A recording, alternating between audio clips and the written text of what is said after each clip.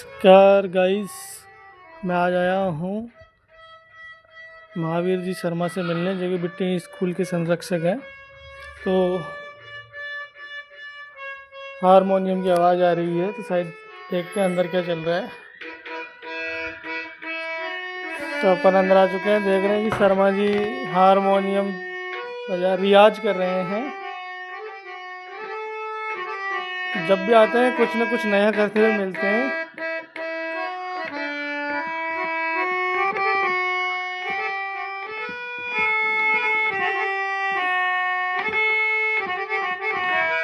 नमस्कार शर्मा जी। हाँ जी, नमस्कार नमस्कार नमस्कार।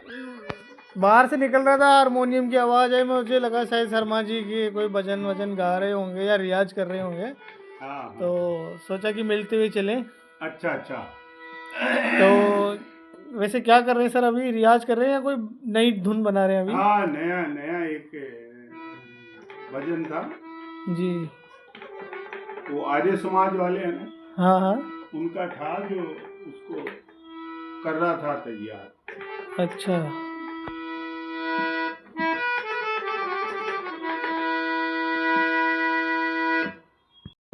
बजाइए कोई अच्छी सी ट्यून, देखें हम भी हमारे दर्शकों तक पहुंचाएं कि शर्मा जी की नई धुन कौन सी है।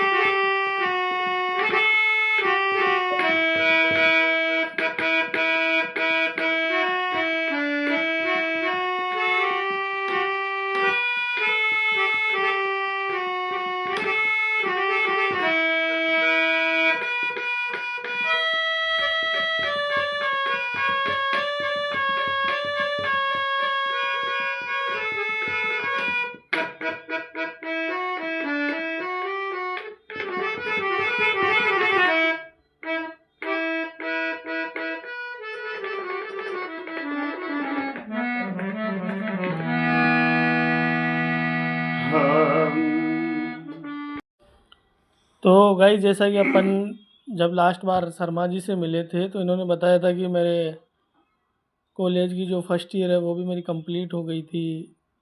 इनको ग्राम सेवक की पोस्ट पे जॉब मिली थी, वो भी इन्होंने करी नहीं, मना कर दिया था इन्होंने। तो ऐसा क्या रहा कि आपने, जबकि आज का युवा जब गवर्नमेंट नौकरी के पीछे इतना पड़ा हुआ, उस समय आपने गवर्नमेंट नौकरी छोड़ दी, इसका प्रमुख कारण तो क्या रहा? बताएंगे थोड़ा सा हमारे को कि क्यों सरकारी नौकरी ज्वाइन नहीं करी आपने? वो ऐसे क्या है कि मैं प्रवचन सुनता था ना, तो वो कहते थे कि भी बिना मेहनत के जो पैसे लेते हैं वो फलीभूत नहीं होते। अच्छा। तो सही मेरा बात है। ऐसा विचार था कि जब उस समय ग्राम सेवक दिन भर कोई काम नहीं करते थे हम्म। और महीने में एक बार जाके तनख्वाह ले आते थे, केवल तनख्वाह ले आते, कोई भी काम नहीं था उनके, एक जीरो, मतलब कि भाई एक महीने में एक दिन का भी काम हो उनके पास, तब तो अपन नौकरी करें। हम्म।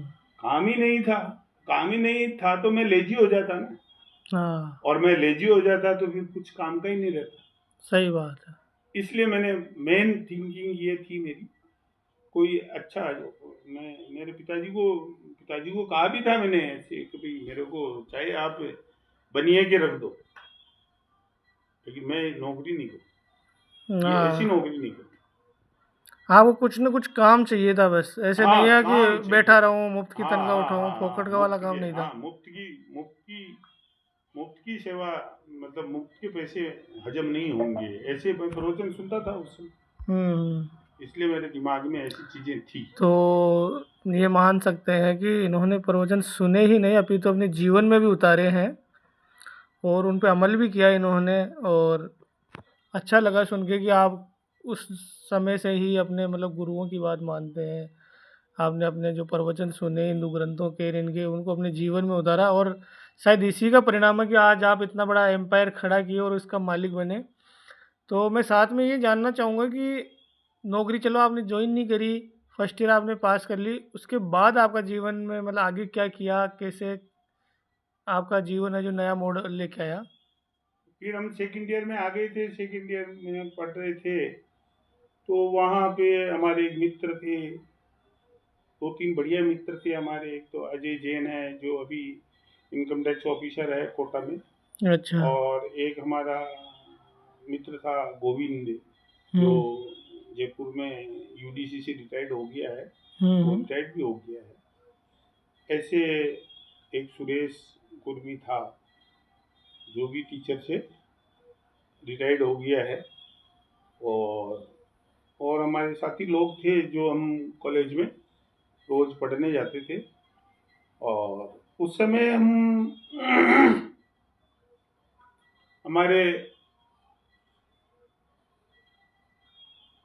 मतलब बहुत अच्छी पढ़ाई चलती थी, और पढ़ने में भी जुझे रहते थे। और जो मेरा वर्क था, सेल्टेक्स वकील के काम कर रहा था, सिलाई कर रहा था, और भजन भी गाने जाता था। हुँ। ये सारे वर्क मेरे चल रहे थे।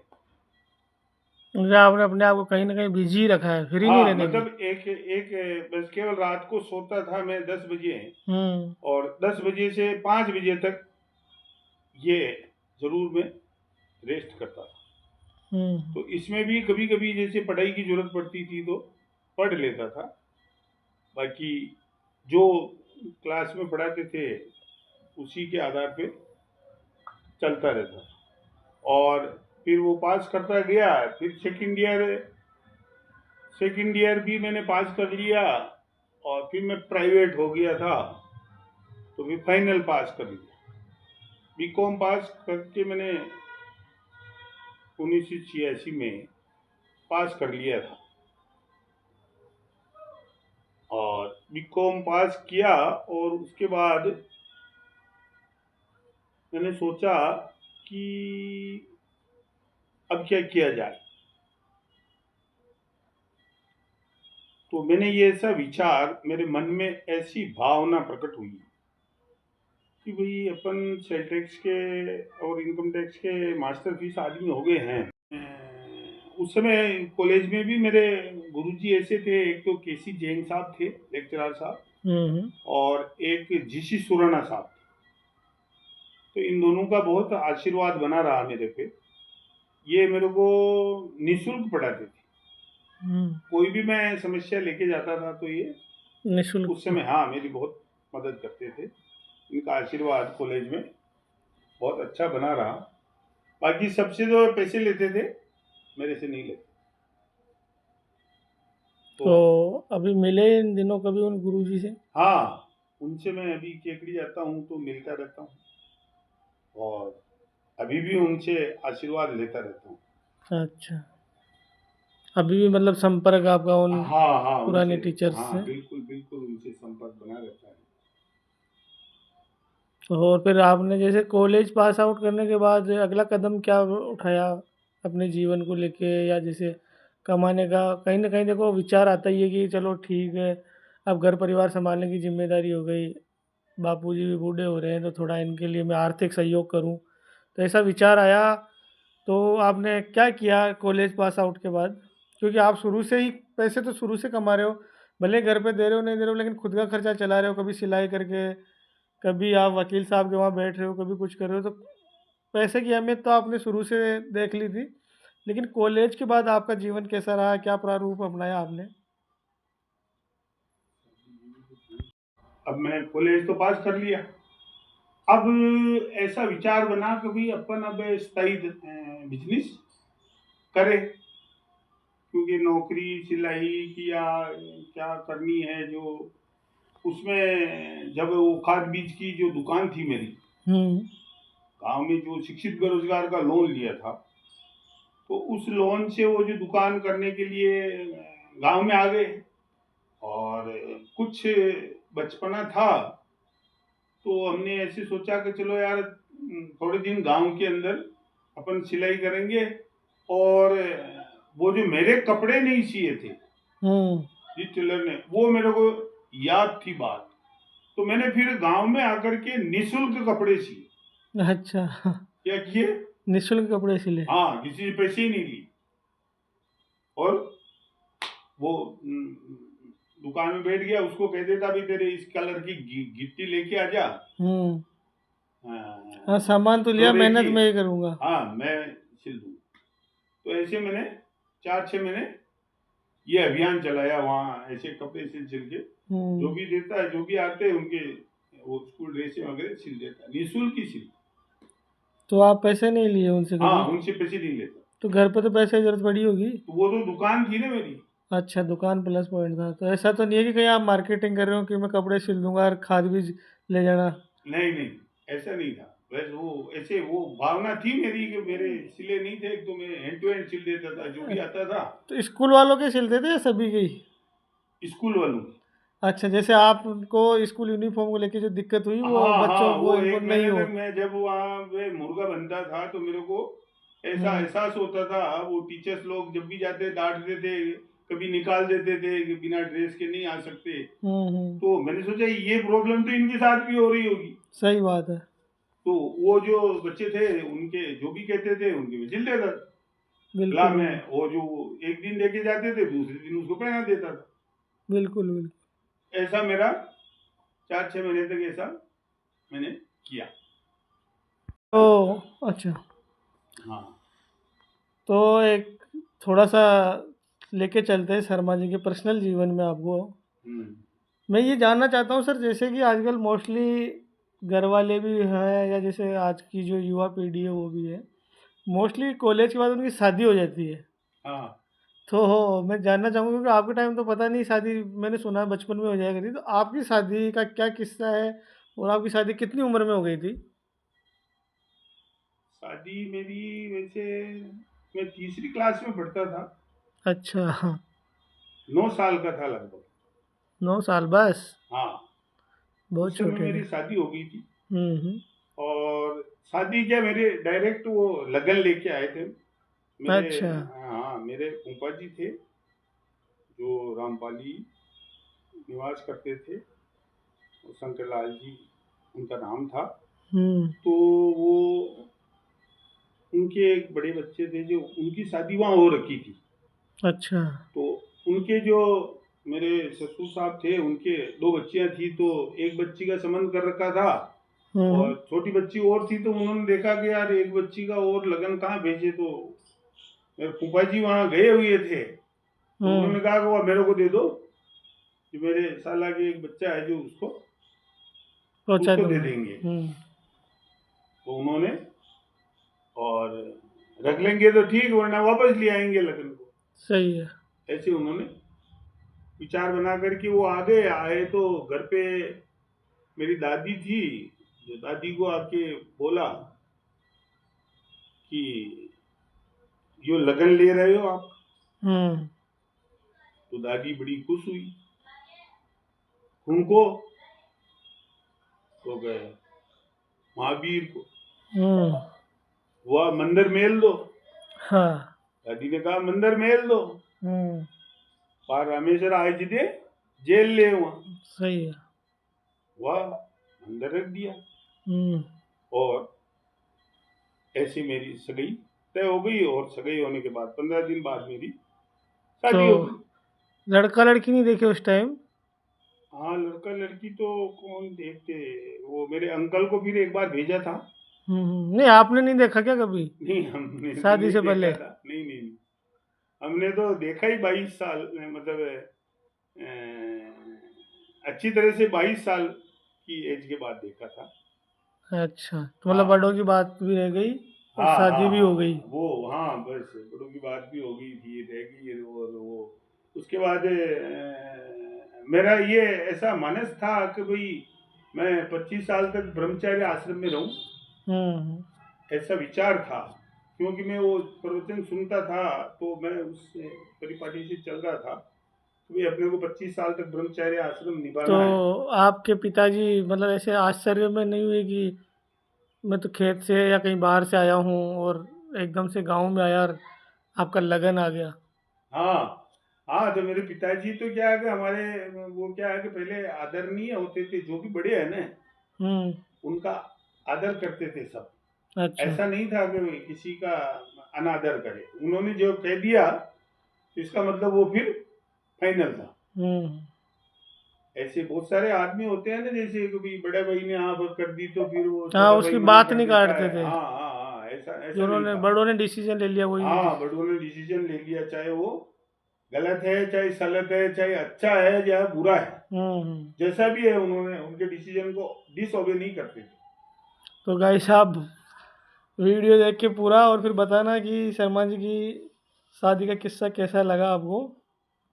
पूरा वीडियो जरूर देखना आप सभी। मेरा आपसे अगला सवाल है, या जो मैं आपसे सब पूछना चाह रहा हूँ वो ये है कि आप तो अभी भीलवाड़ा रहते हो, उस समय आप बता रहे हो कि दुकान की थी खाद बीज की। हाँ, तो कितने साल दुकान करी खाद बीज की आपने, और फिर कैसे दुकान को मतलब छोड़ के आप भीलवाड़ा आए। तो पहले तो ये बताएं कि आपने दुकान कितने साल करी। दुकान मैंने वैसे तो साल भर तक दुकान की थी। हम्म। उसके बाद मैंने क्या है कि वो हमारे सेल टैक्स इनकम टैक्स का एक सर्टिफिकेट बनता है, जिसके बीकॉम पास हो जाता है। हम्म। तो फिर मैं एम कॉम के लिए भी एडमिशन ले लिया मैंने अजमेर। अच्छा, एम फार्म भर कॉम भी दिया करी था, है हाँ आपने। हाँ।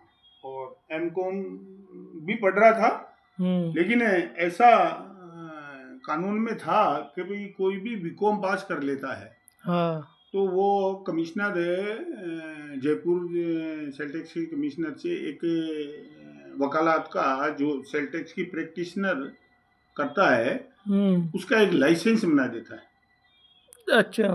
है। एज ए उसकी प्रैक्टिस करने का सलाहकार के रूप में एक लाइसेंस बन जाता है। बन जाता है। तो वो लाइसेंस मेरा बन बन गया। के आ गया।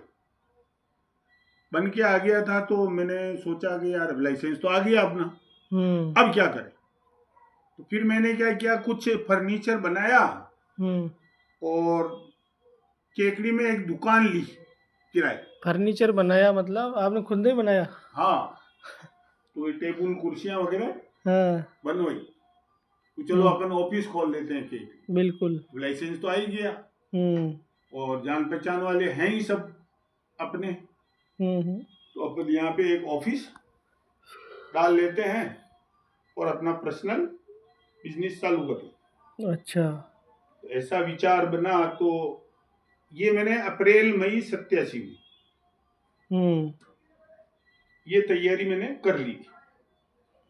ये तैयारी करने के एक दिन रात को सोता हुआ, सो रहा था मैं, हम्म। और ऑफिस भी किराए ले लिया मैंने।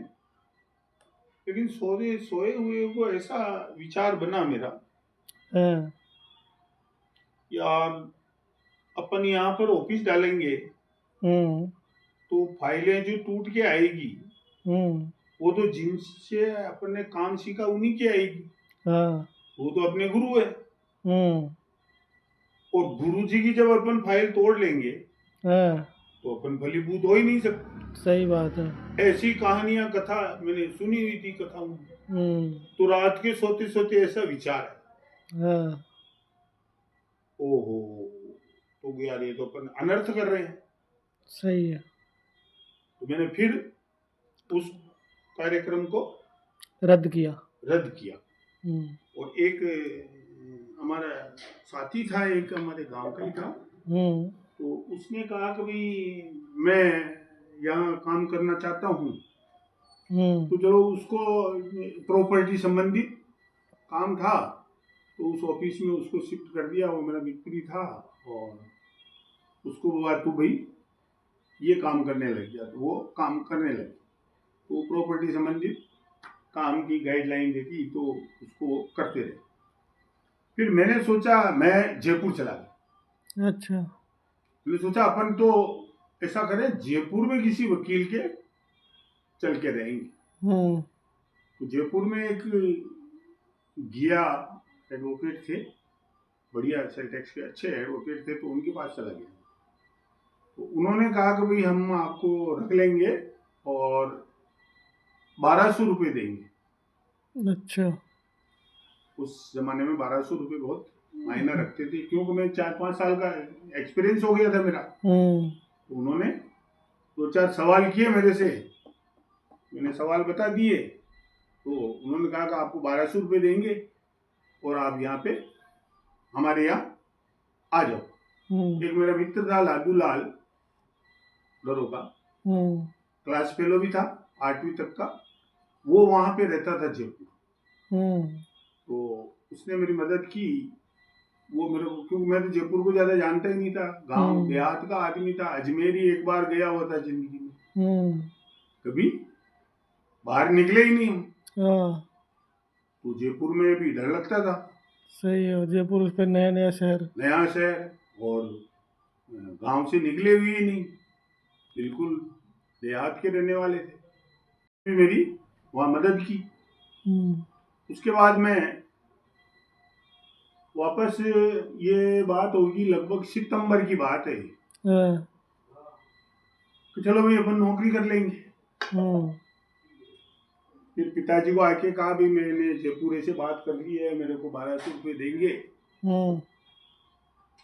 तो पिताजी ने कहा कि अच्छा ठीक है, लेकिन एक बात है, तो वहाँ कि तेरा एक दोस्त है राजेंद्र पारी, वो भीलवाड़ा नौकरी करता है, जो वो आया यहाँ, तू जयपुर गया था, तो कोई सेठ है जिसके वो नौकरी करता था, जो उसने किराया देके भेजा कि भाई उसको कोई बीकॉम पास लड़का चाहिए। अच्छा। तो तू वहां जाया, ये किराया देके गया वो।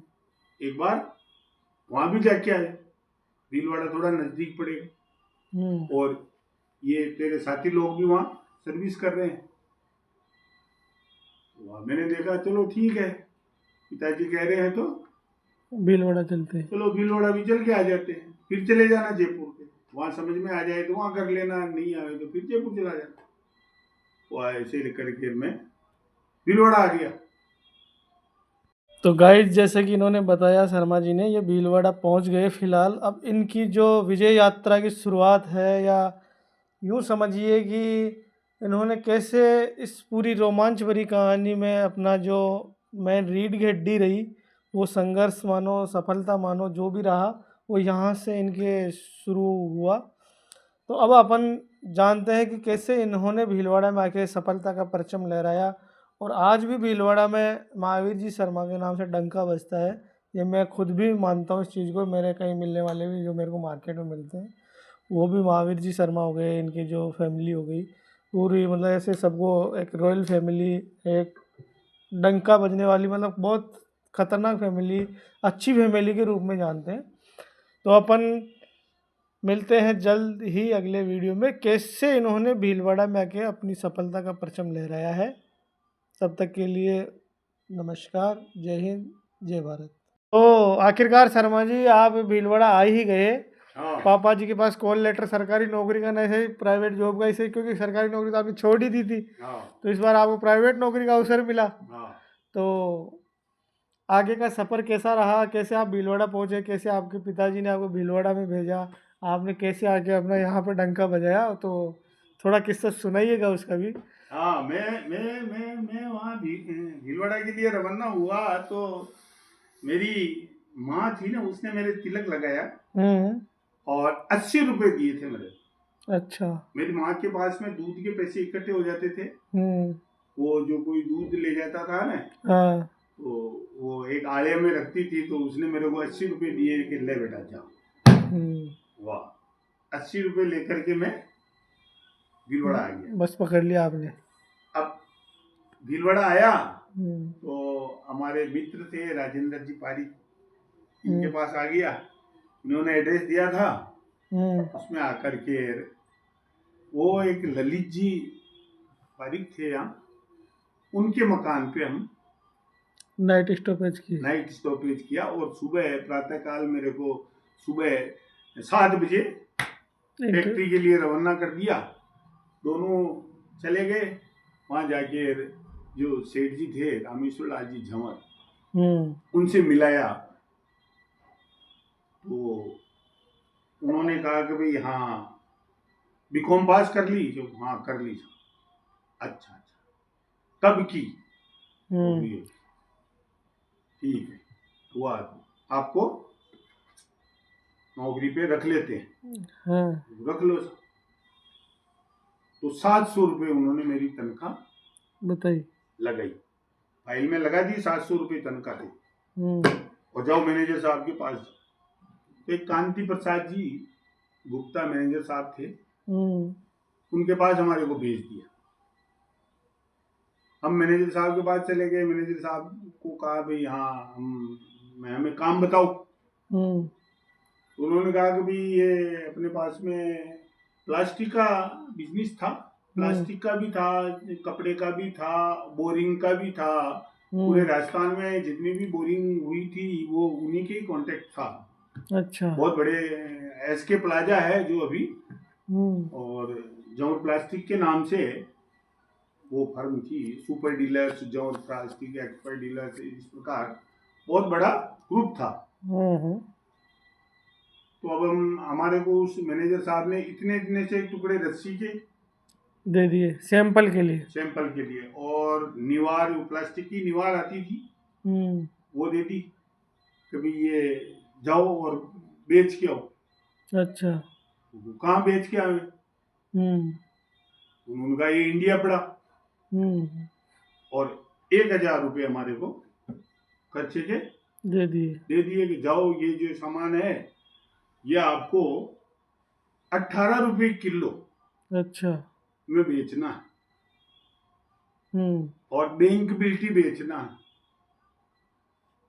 बैंक बिल्टी के साथ? हाँ, और पूरा इंडिया पड़ा है, आपकी मर्जी आए जहाँ जाओ, पर इसको बेचो, इसको बेच के आ जाओ। वाह साहब। फिर तो हमने वो बम्बई की रेजी का कुर्ता और पजामा पहन रखा था, बम्बई की रेजी का, और एक मेगड़ी लटका रखी थी। तो मैनेजर साहब तो हंस रहे थे कि ये क्या बेचेगा, ये तो काम चला जाएगा। लेकिन अब सेठ जी ने रख लिया, तो वो सेठ जी को भी ऐसे ही कह रहा था कि साहब ये क्या बेचेंगे, जब इतने बड़े बड़े आदमी अपन ने अच्छे अच्छे लगा दिए, उनसे नहीं बिका। अपन 2-4 साल से। तो इसीलिए कहने वाले ने सही कहा कि किसी शकल और हुलिया देखकर जज नहीं करना चाहिए, क्या पता उसके अंदर कितना टैलेंट भरा हुआ है। अब उन्होंने साहब ऐसे करके मेरे को, अब हम दोनों साथी थे, वो मेरा जो मित्र था राजेंद्र प्रसाद वाली, वो 2-4 महीने पहले इसमें नौकरी कर रहा था।